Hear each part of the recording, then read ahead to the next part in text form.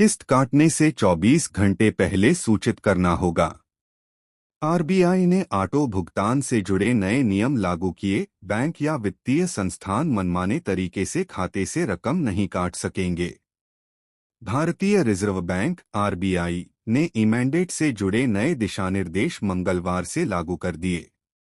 नए नियमों के तहत अब किसी भी तरह का ऑनलाइन ऑटो भुगतान शुरू करने से पहले ग्राहक को एक बार पंजीकरण करना होगा और इसके लिए अतिरिक्त सत्यापन करना होगा। साथ ही ग्राहक के खाते से रकम काटने से पहले संबंधित बैंक या संबंधित वित्तीय संस्थानों को 24 घंटे पहले इसकी सूचना देनी होनी। नए नियम उन सभी ऑटो भुगतान जैसे ओटीटी सब्सक्रिप्शन, बीमा प्रीमियम, बिल भुगतान, ईएमआई आदि पर लागू होगा, जो कार्ड, यूपीआई या प्रीपेड माध्यमों से किए जाते हैं। आरबीआई ने यह भी साफ किया है कि ग्राहक को यह सुविधा दी जाएगी कि वह कभी भी अपने ई-मैंडेट को बदल सके या पूरी तरह बंद कर सके। इससे अब ग्राहकों को अपने खाते से कटने वाले पैसों पर अधिक नियंत्रण मिलेगा। इसका असर सीधे उन करोड़ों लोगों पर पड़ेगा जिनके बैंक खाते से हर महीने कोई न कोई रकम अपने आप कटती है। पूरा ब्यौरा देना होगा। सबसे महत्वपूर्ण बदलाव यह है कि अब हर ऑटो पेमेंट से पहले ग्राहक को कम से कम 24 घंटे पहले सूचना भेजना अनिवार्य होगा। इस सूचना में संबंधित कंपनी का नाम, भुगतान की राशि, तारीख और अन्य जरूरी विवरण शामिल होंगे। इससे किसी भी तरह की गड़बड़ी की स्थिति में ग्राहक तुरंत कार्रवाई कर सकेगा। अगर ग्राहक चाहे तो इस अवधि के दौरान उस भुगतान को रोक भी सकता है।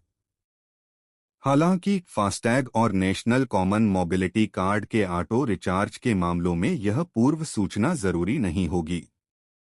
नए कार्ड से खुद जुड़ जाएगा ऑटो भुगतान। नए नियमों के अनुसार अब अगर किसी ग्राहक का क्रेडिट या डेबिट कार्ड बदल जाता है या नया कार्ड जारी होता है तो पहले से तय किए गए ऑटो भुगतान ई-मैंडेट अपने आप नए कार्ड से जुड़ सकेंगे। इससे ग्राहकों को बार बार सेटिंग बदलने की जरूरत नहीं पड़ेगी। इससे बीमा प्रीमियम, ईएमआई या अन्य नियमित भुगतान बिना रुकावट जारी रहेंगे। 15,000 रुपए तक के भुगतान पर ओटीपी नहीं। राशि से जुड़े नियमों में भी बदलाव किया गया है। नए प्रावधान के तहत अब 15,000 तक के नियमित ऑटो डेबिट भुगतान बिना हर बार ओटीपी डाले पूरे हो सकेंगे। लेकिन इससे ज्यादा राशि पर हर बार ओटीपी की जरूरत होगी। हालांकि बीमा प्रीमियम, म्यूचुअल फंड निवेश और क्रेडिट कार्ड बिल भुगतान के लिए यह सीमा बढ़ाकर 1 लाख रुपए प्रति लेनदेन कर दी गई है। लगातार बढ़ रही थीं लोगों की शिकायतें। गौरतलब है कि पिछले साल के अंत में ऑटो भुगतान से जुड़ी शिकायतें आरबीआई को सबसे अधिक मिली थीं। लोगों का कहना था कि उनके बैंक खातों से ऑटोपे के जरिए बिना स्पष्ट जानकारी के रकम कट रही है या वे ऐसे भुगतानों को रद्द नहीं कर पा रहे हैं। शिकायतों में मुख्य रूप से 3 बातें सामने आई हैं। पहली, मैंडेट बनाते समय शर्तें साफ नहीं दिखती हैं। दूसरी, ऐप पर सक्रिय मैंडेट की पूरी जानकारी नहीं मिलती है। और तीसरी, सब्सक्रिप्शन रद्द करने में दिक्कत होती है।